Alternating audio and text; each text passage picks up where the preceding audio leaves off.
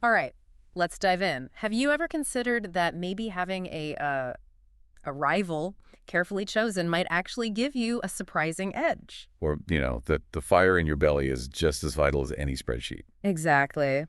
Welcome to the deep dive. This is where we really try to extract the core insights from a whole bunch of sources, make you instantly well informed. Told you out to speed quickly. Yeah, exactly. Today, we're unpacking some, let's say, counterintuitive business wisdom from Patrick Bet-David's book, Choose Your Enemies Wisely: Business Planning for the Audacious Few. Mhm. And this deep dive, it's especially for you, the learner, someone who wants to grasp the key principles without getting totally lost in the weeds. And what's really fascinating about this book, I think, is its unconventional approach to planning. It's not just cold, hard data. Right. Bet David really emphasizes the power of emotion and strategically navigating opposition. He sees those as key drivers for success. Absolutely. And this isn't just theory, is it? I mean, Bet David, he's built this remarkable career, overcame significant debt early on. Yeah. Founded PHP agency Valuetainment. Right. He's sharing lessons learned, right from the trenches. So, our mission today is to pull out the most valuable nuggets from his experience. Focusing on what? Well, focusing on how to identify what truly motivates you, how to balance your feelings with a solid strategy, and why that long-term perspective is just absolutely crucial. Get ready for some aha moments, things you can actually use. Yeah, if we look at the bigger picture, we're really dissecting the anatomy of ambition, aren't we? What is it that truly propels those who aim for, well, the extraordinary? Mm. This deep dive is really designed to give you those actionable insights right from Bet David's playbook. Okay, so let's jump right into a pretty pivotal moment in Bet David's own journey, a point where he was facing some serious headwinds. He Yeah. talks about getting kicked out of Dublin's, I think, for, shall we say, spirited behavior, and being like $49,000 in debt. Wow. That's deep. Yeah, he was so down, he was actually thinking about re-enlisting in the army just to get a clean slate. That's a tough spot. It really raises a compelling question, doesn't it? How do individuals respond to that kind of intense pressure? What happens when you feel like you're just constantly battling setbacks? Right. Often, it's in those crucible moments, those really tough times, that these unexpected turning points emerge. And for Bet David, that turning point actually came at a party, believe it or not. A party, okay. Yeah, a relative apparently decided to take a pretty unpleasant jab at his last name. And his father. Ouch. That's Mm. personal. Yeah. Now, most people might try to just shrug that off, maybe, but it ignited something really profound in him. He realized he performs at a completely different level when he's fighting for others, especially his family. See, that's the core insight there, I think. Mhm. Adversity, especially when it taps into defending loved ones, can be this incredibly powerful catalyst for change. Right. It wasn't just about personal ambition in that moment. It was about defending his heritage, his father's honor. That speaks to a really deep-seated human instinct, doesn't it? Absolutely. And he ties us back to a really challenging time when his father had a serious heart attack, was hospitalized for a month. Oh, wow. Yeah, and the fear, that intense fear of his father maybe not being around to see his grandchildren, it just amplified everything. Suddenly, his struggles weren't just personal anymore. They were connected to something bigger. Much bigger, more meaningful. He describes how sometimes when things get overwhelmingly difficult, you either, you succumb to the pressure or you break through it. Fortunately for him, he found a way to channel that negative energy into this powerful drive for improvement. And this really underscores a key theme in the book, doesn't it? Mhm. The idea that taking an offensive stance, fueled by that deep emotional conviction, can be a far more potent driver than just, trying to improve So defensively. yeah, it wasn't about passively trying to get by. No, it was about actively fighting for something, Yep. propelled by the sting of that insult and the worry for his father's well-being. Okay, so that really sets the stage perfectly for a central idea in the book, this crucial interplay between emotion and logic. Right. Bet David contends that, traditional business planning, it often overlooks a vital component, the human element, the passion that fuels real commitment. This is where he brings in those contrasting figures, Larry and Ernie. Remember them? Oh, yeah, Larry, the UCLA grad, impeccable logical business plan, right? All spreadsheets, charts, Perfect on paper. But when asked about his motivation, his why, total blank. yeah. And then there's Ernie, driven by this powerful emotion, escaping poverty, but his plan. Non-existent, just pure feeling. Right. And Bet David's perspective is that neither one is really a shoe-in for success on their own.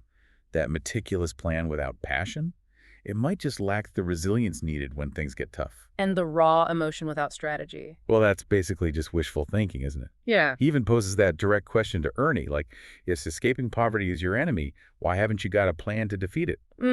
Good point. It perfectly illustrates the central argument, right? Emotion gives you the why. The driving force, yeah, the motivation. And logic provides the how. The roadmap, the strategy. Without both, you're either like a ship without a rudder or maybe an engine without wheels. You need both. He really digs into what he means by true emotion here, too. It's not about being impulsive, is it? Or, overly dramatic. No, not at all. It's about being passionately invested, relentlessly focused, driven by a clear purpose. It's the fuel that keeps you going when things get incredibly tough. Yeah. And he makes a really crucial distinction between that kind of purposeful emotion and, say, choosing the wrong enemies, which can just lead to negative, unproductive feelings. Right. The right kind of emotion, the type he's advocating for, that's what propels the audacious few, makes them unstoppable. And this leads to what he calls the missing link, that essential integration of the why and the how in everything you do. Not just the big business plan. No, everyday interactions too, meetings, presentations, even recruiting talent. He emphasizes the plan has to move you if you're not emotionally connected. Just a document gathering dust on a shelf. Yeah. He even shares his own journey, how he evolved. Right. He started with that intense emotional drive, kind of a lone wolf, and then realized he needed to build his strategic thinking, bring in people who complemented his strengths. Like hiring Tom Ellsworth. That was huge. Someone with a proven track record, successful exits, jammed at to EA Sports. That was a big one. Absolutely. He talks about that ambitious goal, raising $10 million the first time. Maybe it was mostly vision. Yeah, the passion. But by 2017, with Ellsworth there, he could articulate that vision with a really logical, well-reasoned strategy for investors. And the result? Investors were eager. They committed. That's the tangible outcome, isn't it? Effectively blending that inspiring emotional story with a solid, validating, logical framework. He even breaks down communication into two types of stories to tell. Emotional stories to ignite excitement. And logical stories to build confidence. Yeah. Both indispensable. You need both. Absolutely. In any field, really. Okay, so we've talked about looking forward, right, with a plan fueled by both emotion and logic. But then David introduces this somewhat counterintuitive idea, the significance of looking back before you plan ahead. Ah, yes, the autopsy. He uses that analogy of failed relationships. Right. If you keep jumping from one to the next without understanding what went wrong, You're just doomed to repeat the same mistakes. Same thing applies directly to business. he really emphasizes the need for an honest autopsy of the previous year, personally and professionally. It's about pinpointing what actually ate up your time and energy, not just the big stuff. No, the sneaky time thieves, too, the little things that erode productivity. He gives some really concrete examples, doesn't he? Obsessing over negative online reviews, Ugh, yeah. Engaging in toxic relationships that just drain you. dealing with unreliable vendors, causing constant disruptions. And the self-inflicted stuff, endless social media scrolling, getting sucked into gossip. Yeah, and he brings in that powerful quote from Marcus Aurelius. Something like, Let no one rob me of a single day who isn't going to make a full return on the loss. He directly links wasted time to lost opportunities, lost money, basically. underscores the real cost of those seemingly minor distractions. He even shares that extreme personal example. Oh, the abstaining from sex for 17 months until his first million. Yeah, now that's definitely drastic, maybe not for everyone, No. but it powerfully illustrates the impact of eliminating major distractions, signaling to yourself, to the universe, just how serious you are about your goals. It definitely drives the point home for you, the learner. And it all boils down to that critical question he poses, doesn't it? What absolutely must I eliminate from the previous year? Yeah, it's about being brutally honest. What habits, relationships, activities are actively holding you back? This act of looking back, consciously decluttering mentally and practically, it just lays a much stronger foundation for planning moving forward. Makes sense. You can't build a solid future on unresolved past issues and constant distractions. Now, just having a plan with emotion and logic isn't quite the final piece, is it? Bet David introduces this really intriguing concept of magic, something beyond just duration or depth of effort. Yeah, he goes back to the marriage analogy. Staying married 50 years doesn't automatically mean it was successful, right? Right. What about a shorter marriage that produced great kids, a healthy co-parenting thing? It challenges you to think beyond just existing together. Exactly. He says the day-to-day of running a business is basically a sequence of tasks. Yeah, it can feel like that sometimes. Without this magic, those tasks easily become just a monotonous chore.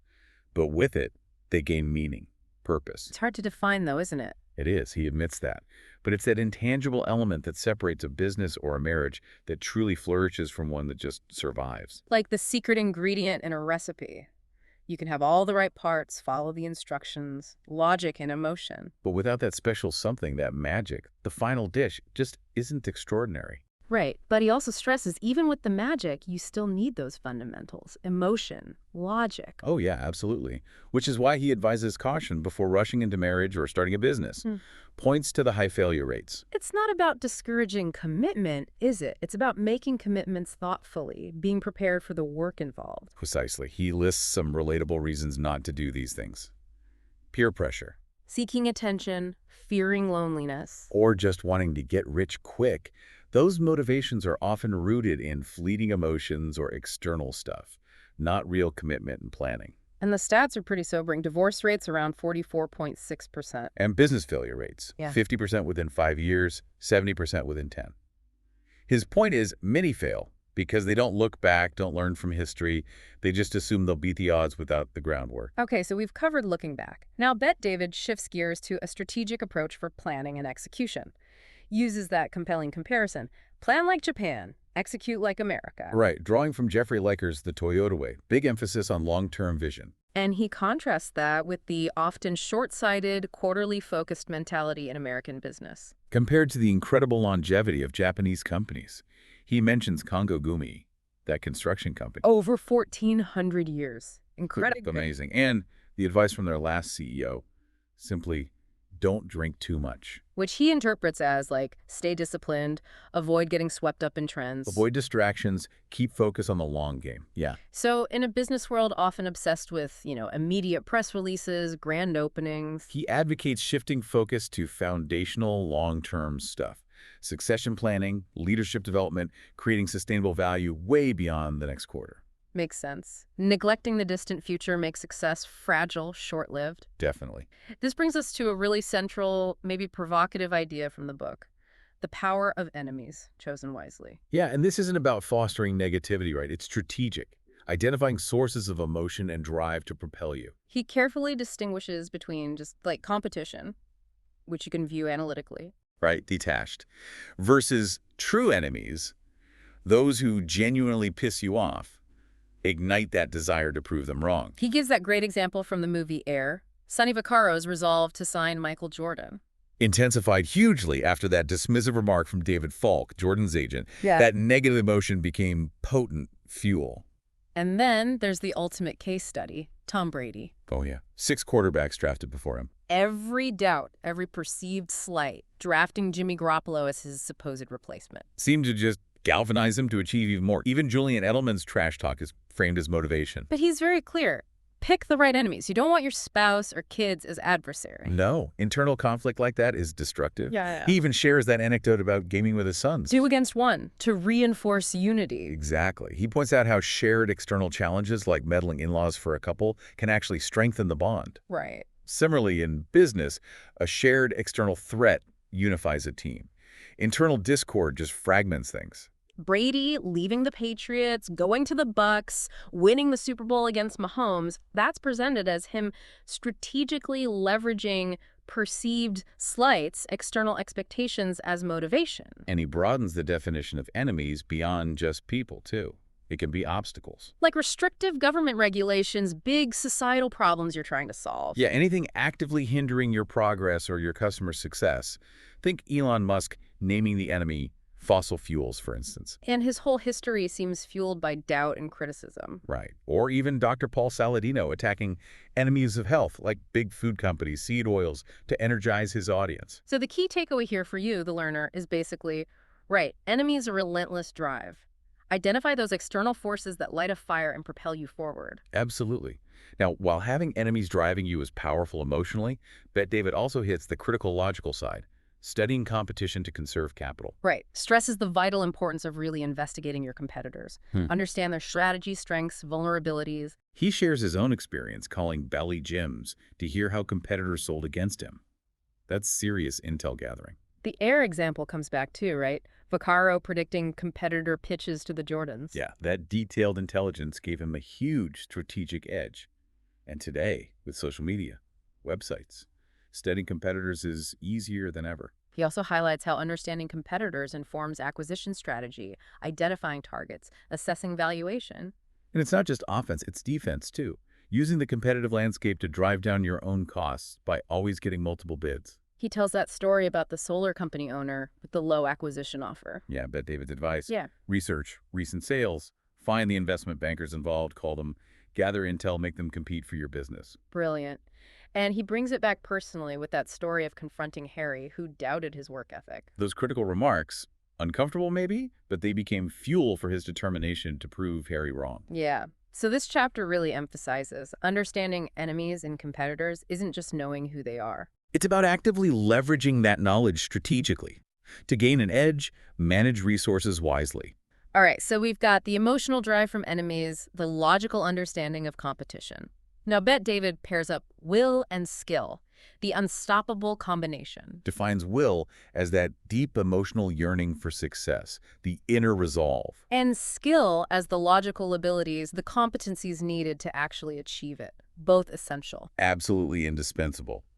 He used that metaphor of the blind prisoner finding the will to survive. Powerful illustration of willpower in dire circumstances, and connects fear of failure, of not providing as a potent driver of will. But he's quick to point out, just wanting success isn't enough. You need the skills to make it happen. Right. In sales, rapport, questioning, closing, you need the tools. He shares his own dedication listening to Robert Greene's 33 Strategies of War, repeatedly to learn sales and business strategy. Underscores setting ego aside, being open to learning, developing skills. He connects those never again moments. Yeah, when you're determined to change, that activates the will. But skill building is the action that must follow. Exactly. He shares that inspiring story of Marlene Gayten.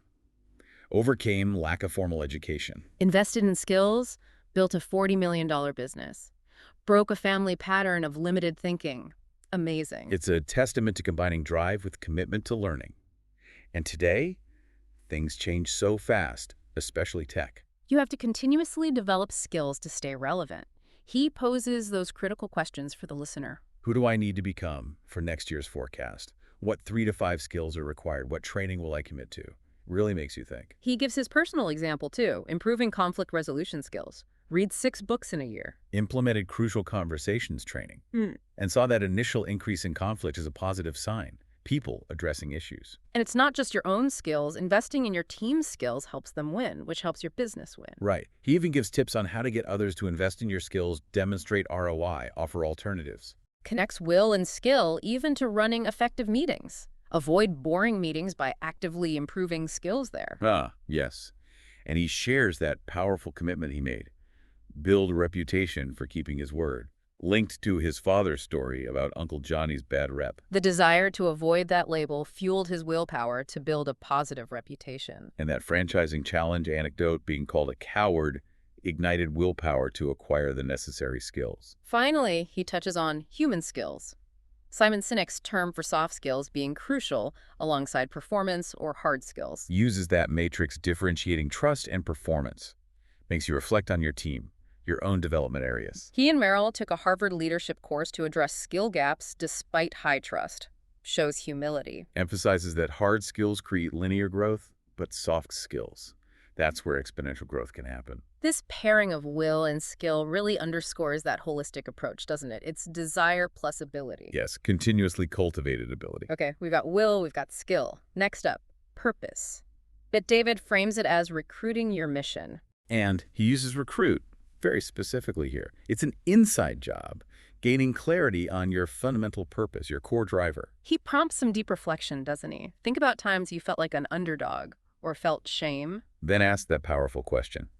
What is so important that you want to dedicate your life to fixing or improving it? He shares Valuetainment's mission to enlighten, empower, and entertain current and future leaders, and gives examples like Patagonia, TED, Tesla. Emphasizing that a true mission is ongoing, not a finite goal. He highlights those three key questions for finding your mission. What do you love? What do you hate? What bothers you? And connects his own mission to his negative childhood experiences with manipulation, communism, makes it very personal. He talks about that emptiness that can come even with outward wealth, recognition, if there's no deeper purpose. Recounts his own active recruitment of his mission through talks with mentors, reflection. Details that pivotal experience hearing George Will speak about problems in America deeply inspired him. Led to his mission to use entrepreneurship to solve the world's problems and teach capitalism, because the fate of the world depends on it.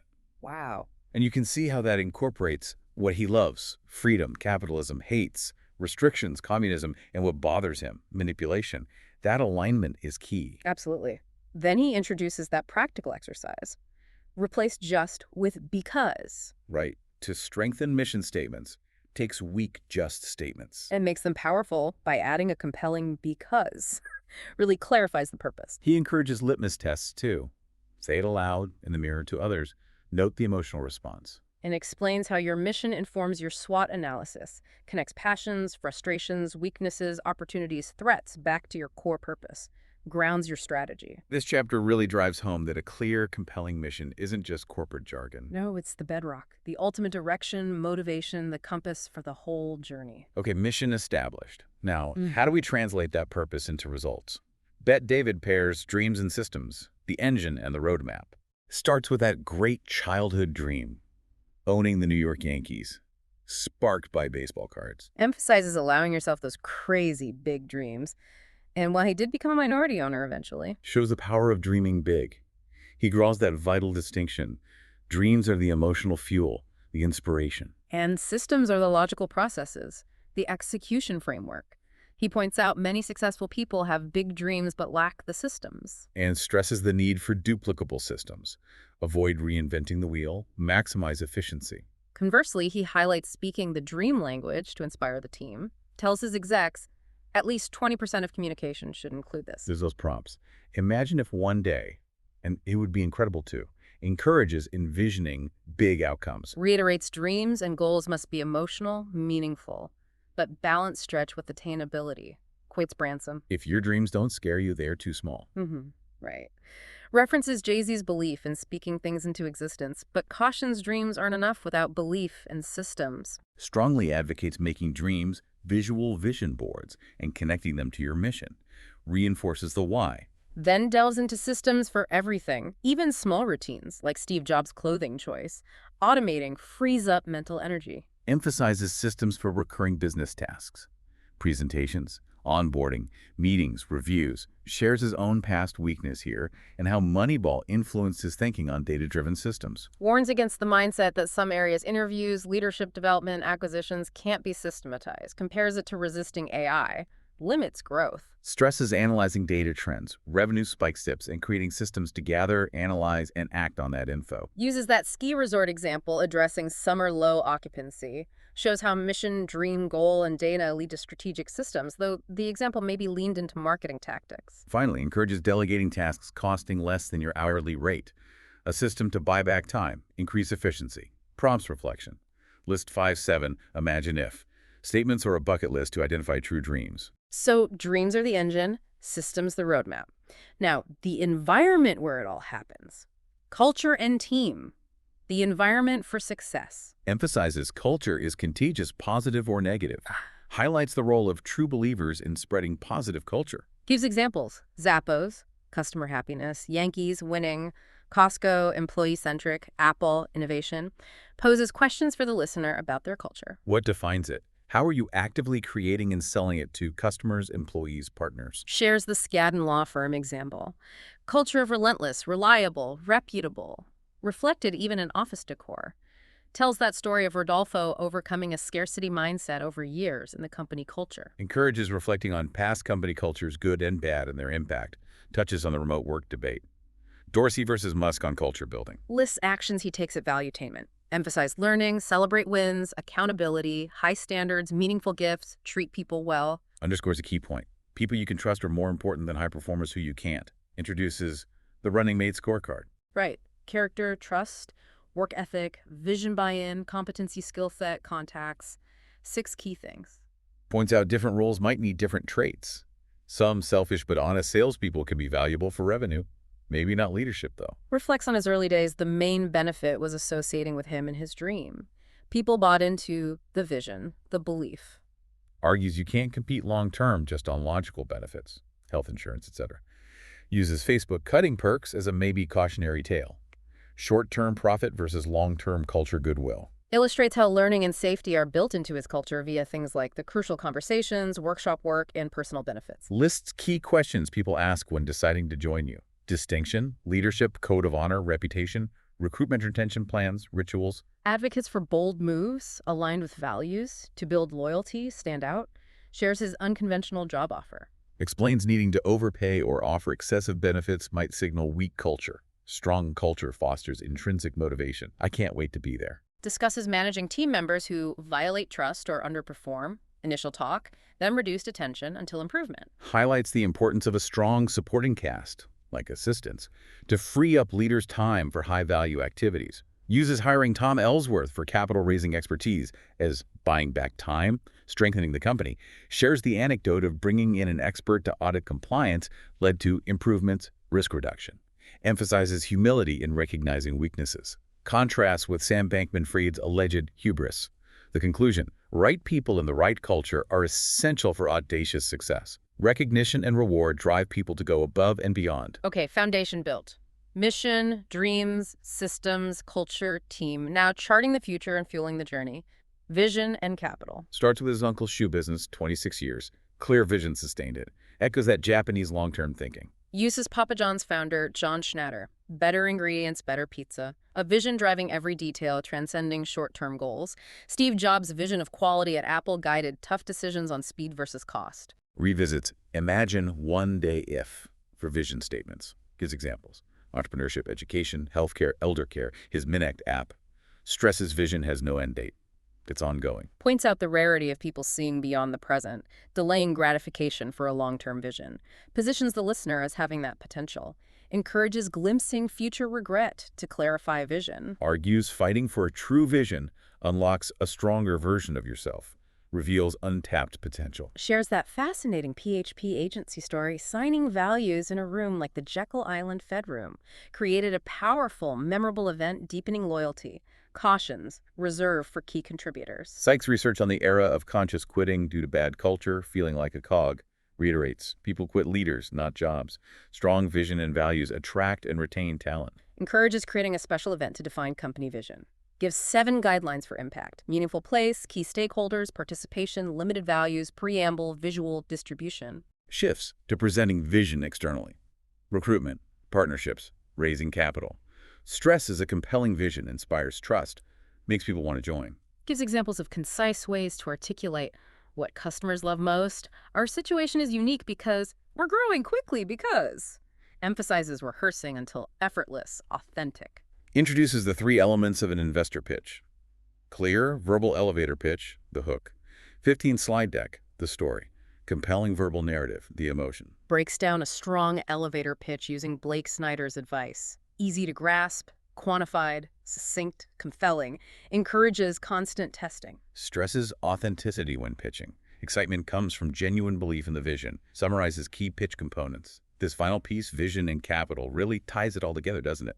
Shows how a clear long-term vision, articulated persuasively, plus securing resources, makes audacious plans real. So as we wrap up this deep dive into Patrick Bet-David's Choose Your Enemies Wisely, let's quickly recap some key takeaways for you, the learner. Yeah, we explored that surprising power of identifying emotional drivers, chosen enemies, or passions. And the critical need to integrate that emotion with logical planning in everything. We talked about looking back to eliminate distractions. That elusive but crucial element of magic, sustaining effort, the wisdom of long-term vision. Executing with drive, strategically studying competition, and the absolute necessity of cultivating a strong team culture. It's really remarkable how these seemingly separate concepts weave together, isn't it, into this cohesive framework for audacious action. Yeah, it's not just about one brilliant idea. No, it's a holistic approach. acknowledging human motivation and strategic execution. And that brings us to a final thought provoker for you. What truly ignites your inner fire deep down? Hmm. And how can you consciously take that raw emotion and skillfully channel it into a clear, logical, actionable plan for your extraordinary goals? Or maybe, having considered the power of choosing enemies wisely, who or what will you strategically challenge to fuel your next breakthrough?